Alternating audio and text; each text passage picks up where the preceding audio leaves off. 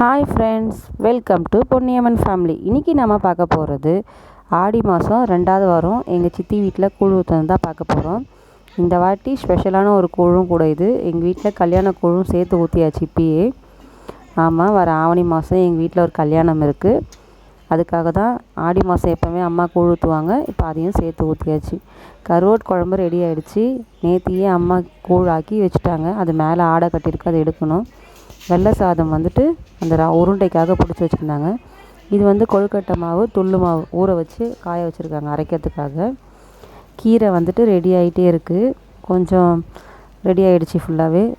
நாளைக்கு நைட்டுக்காக கும்பத்துக்கு மீன், எறா, நண்டு 3மே வாங்கி வச்சுட்டு இருந்தாங்க. இப்போ அந்த கூழ் மேலே இருக்க ஆடையெல்லாம் எடுத்துகிட்டு ஒரு பெரிய அடுக்கு சட்டியில் தேவையான அளவு மட்டும் கரைச்சிப்போம் கூழை.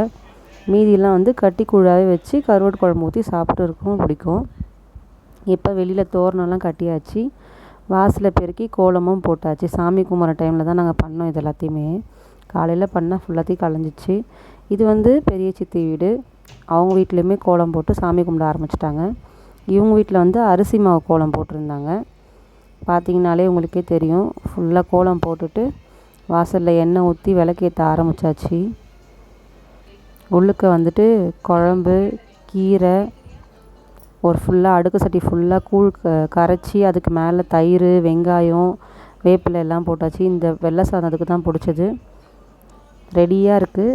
இப்போ நடு வீட்லேயுமே கட்டி கூழ் வச்சு 5 இலை போட்டு கட்டி கூழ் வச்சு அதில் கருவாட்டு குழம்பு வச்சுட்டு அந்த உண்டை, அப்புறம் அதுக்கப்புறம் அரிசி மாவு, கீரை எல்லாத்தையுமே வச்சு 5 இலை போட்டாச்சு. அவங்களோட குலதெய்வம் அங்காளம்மா, அந்த அம்மா ஃபோட்டோவும் கீழே இறக்கி வச்சு படையலும் போட்டாச்சு. இப்போ தீபாரத்தனை கட்ட வேண்டிய மட்டும்தான் பேலன்ஸ். இதுதான் எங்கள் வீட்டில் கூழ் ஊற்றுனது. இந்த வீடியோ கண்டிப்பாக உங்களுக்கு பிடிக்கும்னு நினைக்கிறேன். லைக் பண்ணுங்கள், ஷேர் பண்ணுங்கள், கமெண்ட் பண்ணுங்கள். இந்த வீடியோ பார்த்த அனைவருக்கும் மிக்க நன்றி.